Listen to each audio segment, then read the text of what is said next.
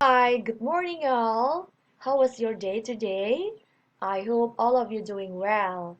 Alright, in this video, I would like to give my feedback towards my friend's draft proposal. Her name is Putu Cening Pradini. So here is her draft proposal. Okay, the first one is her research title. So I give my comment on her research title, especially in the way she write the number 9 here. It should be ninth grade of junior high school student. All right, next is I give my comment on her uh, what is that, her title in the chapter 1. He wrote bab 1 here, but it should be chapter 1, introduction. All right, please revise it. And next is her research background. So I give my comment here, uh, especially in the third sentence, third sentences, the ability to think more critically. So they are, what is that? Wrong word here. It should be engage. Student have better. It should be have a better comprehensions in understanding the learning resources and increase the ability to solve problems so that they can achieve learning targets. All right. Next is the purposes of critical thinking is, she write like that, but it should be the purposes of critical thinking are two, because you mentioned here there are more than one purpose, so it should be used to be are here, not is. All right. Next is she wrote these skills. It should be this skill without S. All right.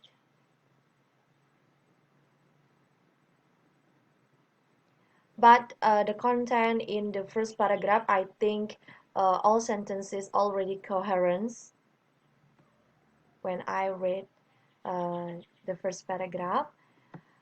But in the last sentence, in the first paragraph, I think this sentence is not suitable to be placed in the last sentence in the first paragraph.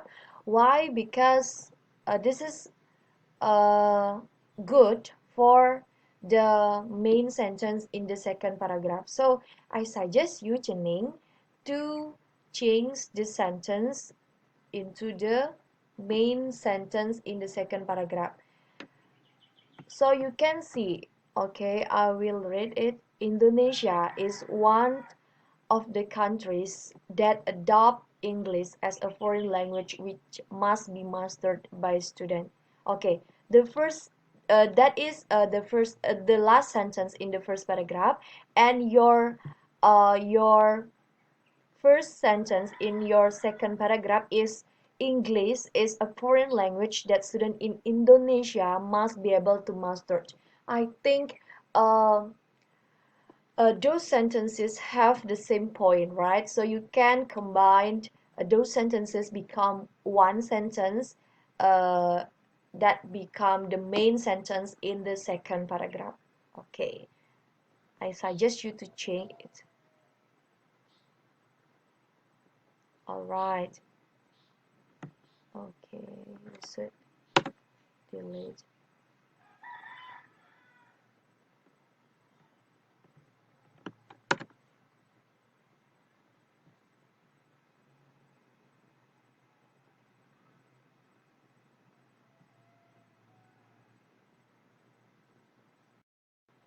Okay, and also in the second paragraph, your second paragraph, the last sentence is one of the important learning tools that can be used to improve student English language proficiency is English book. So I think it's not suitable if you write this sentence in the last paragraph, in the second paragraph, but it more better if you write it become the main sentence in the next paragraph. So this is, I think this is a more suitable if you write it in the first sentence in the third paragraph. The point also same like before. So one of the important learning tools that can be used to improve students' English language proficiency is English book. And your first paragraph in the third in your in your first sentence in the third paragraph is English handbook can be support tools for students to practice their English skills. I think you need to combine the sentences become one sentence that will be main sentence in the third paragraph. Okay. Okay, I also read your third paragraph and all sentences already current. In this part, you already mentioned or explained the reason why students need English handbook. It's really good. All right. So for your statement of problem, yes, I think there is no problem here. All right. Next is the purposes of the study to identify, to develop. All right. Already good. And your research urgency. Okay. Please be careful when you write uh, this word. It should be in the correct way. Okay. Okay, I have a note for you, Chening. So, in your research, in your draft proposal, especially you only write chapter 1, which is introduction. You don't write your research problem identification. You don't write your research problem limitation and your significance of the study. The first one is research problem identification. Uh, I think your research urgency here is same like research problem identification, but you have to pay attention in the point 2 and 3. You have to elaborate it, uh, why the reason why you think that this research is important. You have to elaborate it in the research problem identification. And also for research problem limitation, you don't write it in your chapter. So you have to limit your research. Like if you just want to know how to develop and design a book for students, you can write your reasons why you limit your research until that one. But if you want to continue your research to check or to know the effectiveness of your book, you can write also in your research problem limitation. Okay. And for your significance of the study, it's really important, Channing.